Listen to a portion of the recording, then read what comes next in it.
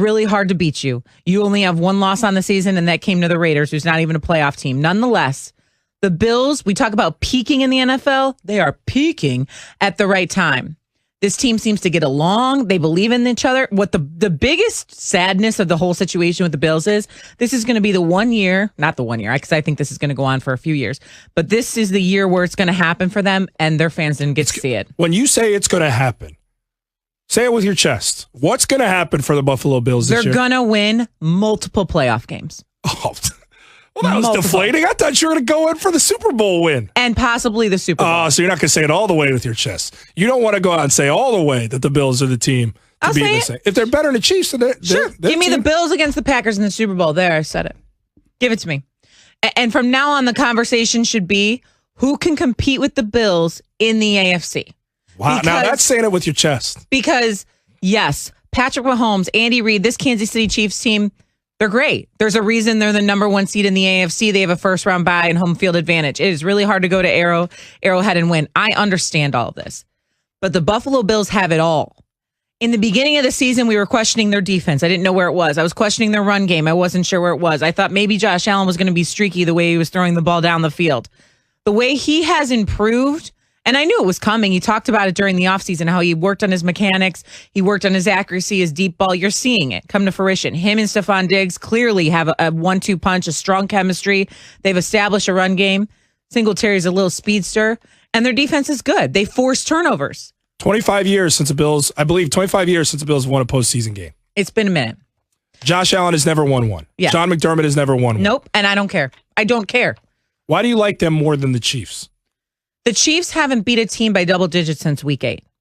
They were on the verge of losing to Atlanta, at least going to overtime, if Atlanta can just kick a field goal. If the win doesn't take that thing away from Koo. Exactly.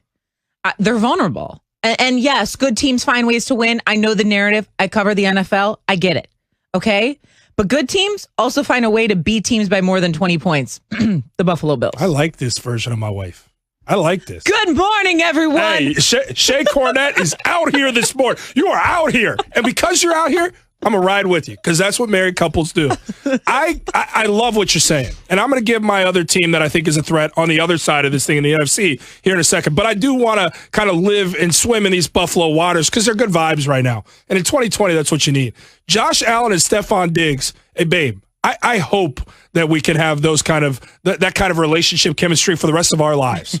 Because when you watch, okay, chill out. Don't compare me to a receiver. Actually, I'd be the quarterback. Don't compare me to the quarterback and you to a receiver. Let's not do that. One's black, one's white. I mean, they make it work. There's a lot of ways to tie it in. Let's just be real. You're just the bigger diva. That's why I went that way. Oh, here you go again. Okay.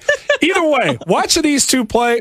And all the Josh Allen love deserve it. This guy needs to be in the MVP conversation. What he's doing is remarkable. But let's not forget about Stephon Diggs and his master plan to make this whole thing work. Taking control of your career is what Stephon Diggs did. Stephon Diggs was looking at the situation in Minnesota saying, a whole lot of run game going on here. Don't know about this scheme. You're paying Kirk Cousins how much money? Oh, you're committing to him long term? Yeah, this is not the right place for me in my career. I know what kind of talent I am. I know I need to be in a pass-first offense. Sean McDermott, Josh Allen said, we're almost there. Come on to Buffalo. It's not the sexiest place in the country, but we're going to play some very attractive football, and you're going to be featured. Stephon Diggs was unhappy in one place, saw that it was the wrong place for his career, took control of it, joined forces with Josh Allen. These two are so fun to watch. It's like watching old Lethal Weapon movies. I mean, these two are having fun. They're doing things the right way. It's an enjoyable product to watch. And Josh Allen makes things happen that you've never seen before. So now that we have given firm love for the first 6 minutes of the show to this Buffalo team, I want to insert into the chat the Green Bay Packers. That is my favorite to win the Super Bowl. Aaron Rodgers is playing at the highest level that he possibly can. He's the MVP. Aaron Rodgers is the MVP. Mm-hmm. They've got a run game going with now A.J. Dillon joining forces with Aaron Jones there as a bruising back that can make things happen. The run defense for Green Bay has stepped up. Look what they did to Derrick Henry a few days ago. And that secondary is elite. They can put up points to compete with Mahomes. They can put up points to compete with Josh Allen in your instance here. And they have a secondary that may be able to make this thing a little bit muddied with some takeaways. So if you've got a team that can put up consistent pressure with putting up points, and you like it to come from Josh Allen, I'll do you one better. Aaron Rodgers is a Hall of Famer. He's one of the best, maybe the most talented quarterback to ever live. Maybe the most talented quarterback to ever live. So he's an enhanced version of what you like with Buffalo, with a better secondary and a better run defense. He's also been around longer. He's also has much more experience than Josh Allen. I just like that we have opened this thing up to say, hey, everybody, stop talking about just the Chiefs. It's bigger than just the Chiefs. Like the Chiefs, they're great. They're wonderful. They could very well win the Super Bowl. They could go on a run. They could score 50 at the drop of a hat. I get it. I'm over the Chiefs narrative, though. I'm over it. Now, see, I'm not. Now you took it too far. I'm not going to go all the way that way. I'll go all the way. Look, at the end of the day, when you've got the greatest player in the sport right now, in Patrick Mahome, when it comes to winning time, he just says, I'm going to take over. And let's not get it twisted. Aaron Rodgers is very much cut from the same ilk. But Patrick Mahome is just getting it done game in and game out. 24 out of 25 wins, Shay. And the murderers row that they've beaten, they're worthy of the respect. I just think this thing needs to be opened up a little bit more. Because there's teams that clearly me and you like more than the Kansas City Chiefs right now. I agree. And you saying that it's Aaron Rodgers MVP to lose, which I agree with wholeheartedly. It's not Patrick Mahomes to lose. It's Aaron Rodgers. What is he doing? Well, he's having an unbelievable season this year for the Packers. He ranks second in the NFL in completion percentage at over 70%. He is fifth in passing yards, over 4,000, by the way. He is first in touchdowns and passer rating. What more do you want? There's no such thing there's really no such thing as home field advantage in 2020, except in Lambeau. No doubt. Except in Lambeau. No doubt. With that weather, did Ryan Tannehill look like he wanted to play football up there a few days ago? He did not look very comfortable at all. I don't care if you've played at Lambeau, you've played against Rodgers a million times. I don't think Drew Brees wants to go to Lambeau Field and play there in the cold and in the snow. He plays in a dome and he's coming. At this point, Dwayne was saying all the right things as far as, it would mean everything to me. He told me it would mean everything to me to go out to start to help this team win and hopefully clinch a playoff spot. Ron Rivera said, I have no trepidation starting Dwayne if it comes to that. But we all know Rivera would have rather started Alex Smith. Mm-hmm. We did not expect the release this quickly, but I think Dwayne Haskins put on a clinic on how to ruin, a young football career very early. Mm-hmm. And that's unfortunate to see. Yeah, very unfortunate to see, Kimberly. How much does this decision to release Haskins in only year two reveal just how much power, I guess, so to speak, Coach Rivera truly has within the organization? Oh, Rivera, from the time he got here, it was Rivera's show. And I think when he came and he talked to owner Dan Snyder, he said, if you want me to rebuild the culture, I'm going to have to do that. And so from day one, he pretty much had, veto power. It was his decision to keep Haskins. But what I will say is always watch what coaches do and not what they say. Felt like Rivera always said, for the most part, positive things about Dwayne. He, even this week when we had his second COVID violation, he got frustrated with the media and said, stop asking me questions about this. We have a very important game. But behind the scenes, frustration during, Rivera's tenure here, frustration with Haskins as far as saying the right thing, saying he wants to be the starter and the guy, but not putting in the work, not being self-aware. Obviously, the latest second COVID violation is proof that he is a 23-year-old young man who does not understand what's at stake. Mm-hmm. And not just from a health standpoint, with his head coach being immunocompromised, but also the timing of it all. The team is trying to make a playoff push, win the division, and after a loss, you are out maskless and not really thinking about the bigger picture. But Rivera has had a lot of say, and I think going into this game, he thought Dwayne would give them a better chance to win than Taylor Heineke. We saw in the fourth quarter that was not the case, and that's why Dwayne doesn't have a job at this moment. Yes, no doubt about it. We're talking to Kimberly Martin, ESPN NFL reporter. She covered the game, the Washington football team against the Carolina Panthers over the weekend. She follows this team really closely.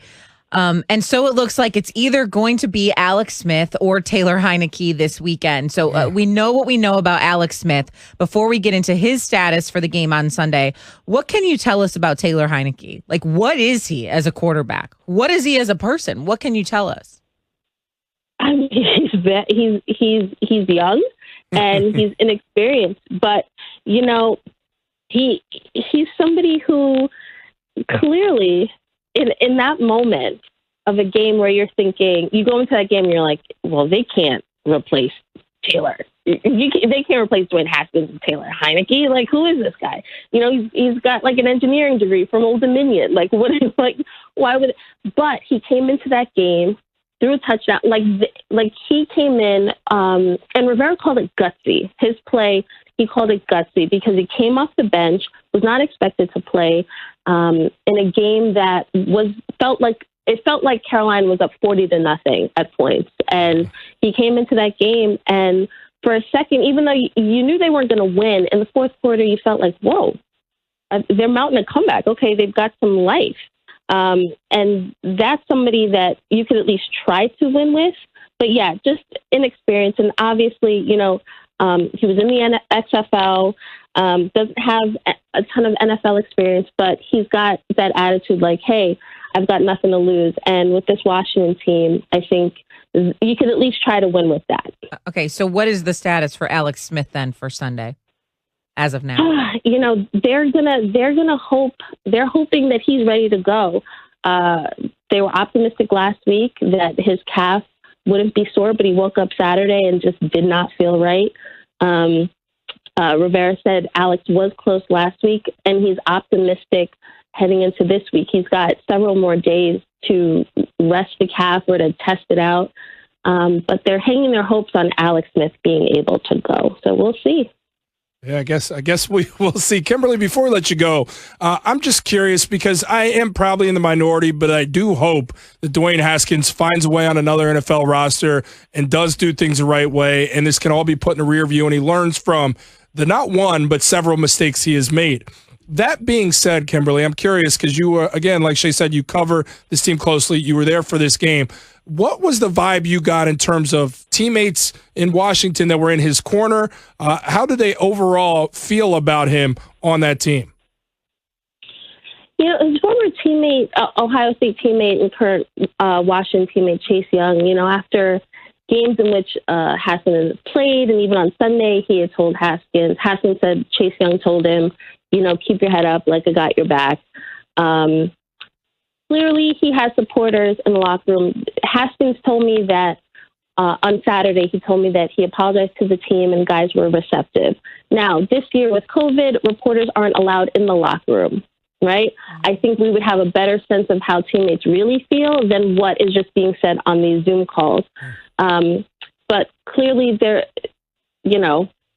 was early frustration in the season about Haskins kind of focusing more so on his personal status on the team and his stats, and not necessarily the overall situation with the team and whether they win or lose. And that rankled people within the organization early on. So like you said, I hope this is a learning experience for him. He's a young kid. He's 23. He has opportunities to change the narrative and change his career, but he has to put in the work. No doubt about it. All right, Kimberly Martin, thanks so much for the time. We appreciate the insight. Happy New Year to you. Thanks for waking up early. We'll catch up with you soon.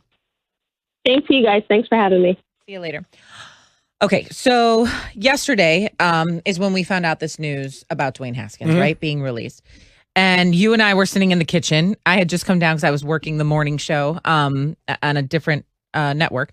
And I came downstairs and I'm like, whoa, are you seeing this? And, you know, both of us kind of had the same reaction, not completely shocked, kind of maybe saw it coming, but the timing of it was odd, which Kimberly just pointed out, obviously, because now you're in a situation where you have to move forward with either Taylor Heineke, who was taking an exam, from what I know, was taking an exam at Old Dominion when he was called onto the practice squad for the Washington football team, which is remarkable to me.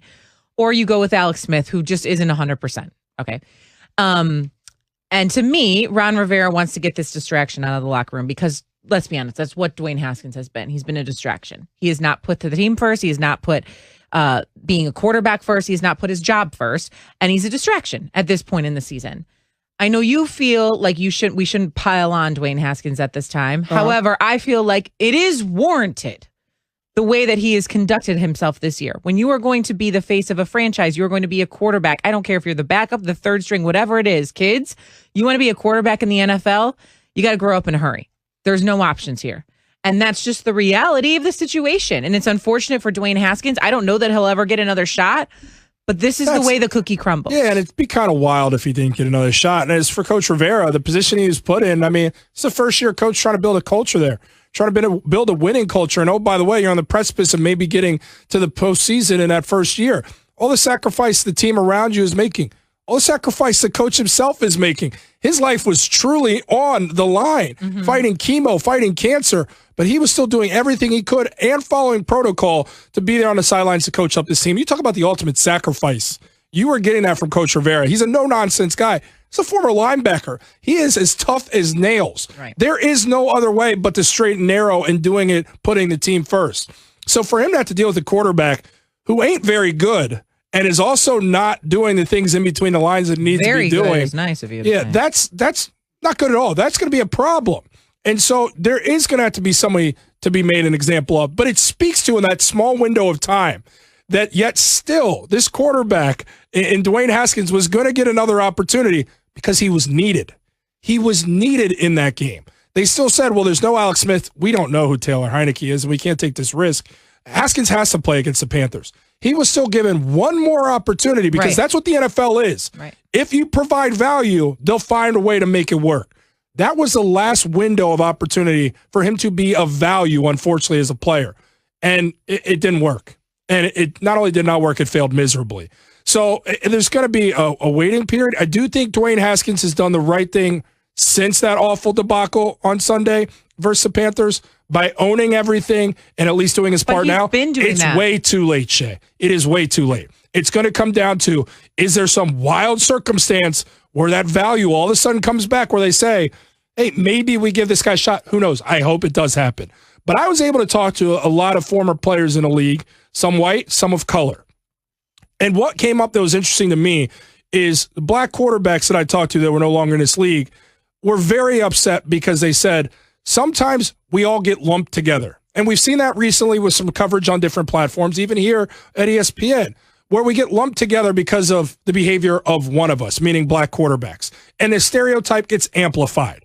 And unfortunately, because Dwayne Haskins was given this opportunity, earned it to a degree, had 14 games in college where he played really good football, was brought to his hometown there in Washington, the hometown kid to resurrect an organization. Bad move by Dan Snyder. But because it was given to him so fast and put in a position where he clearly wasn't mature enough to handle it, he gave it all away. And he amplified the stereotype that black quarterbacks aren't capable enough, and that is wrong because there are plenty of them